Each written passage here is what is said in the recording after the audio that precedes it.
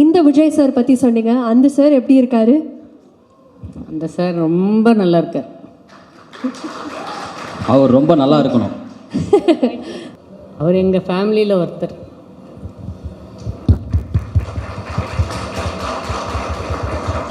First என்னோடய கணவர் தான் இன்ட்ரடியூஸ் பண்ணாங்க. நிறைய பேருக்கு தெரிஞ்சிருக்கோம் சுக்கரன் படத்தில். அப்போ வேறு பேர் வச்சுட்டு உள்ளே வந்தார். அப்போ என் கணவர் தான் வந்து விஜய் ஆண்டனின்னு பேர் வச்சார். ராஜா, சிறில் ராஜா, ஃப்ரான்சிஸ் ஆண்டனி சிறில் ராஜா. அந்த நேம் சொன்னோடனே அவர் விஜய் ஆண்டனின்னு வச்சுட்டாரு. அவர் ரொம்ப ராசியானவர், உங்களுக்கே எல்லாருக்கும் தெரியும் என் கணவர் எவ்வளோ ராசியானவர்னு. இவர் ராசியாக தானே இருக்கார், அவருக்கு என்ன குறைச்சல்? 25 படம் முடிச்சுட்டு 25வது படம் 25th மூவின்னு சொன்னாங்க. 2005 அவரை இன்ட்ரடியூஸ் பண்ணாங்க.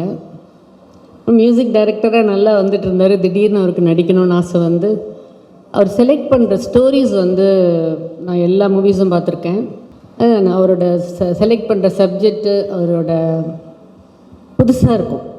எனக்கு என்னமோ ரொம்ப வித்தியாசமாக இருக்கும். வித்தியாசமான மனிதர். நிச்சயமாக இன்னும் பெரிய இடத்துக்கு வரணும். ஆல்ரெடி ஒரு நல்ல இடத்துல இருக்கார் கடவுள் கிருபையில். இன்னும் பெரிய இடத்துக்கு வரணும்னு கடவுளை வேண்டிக்கிறேன். நன்றி, வணக்கம்.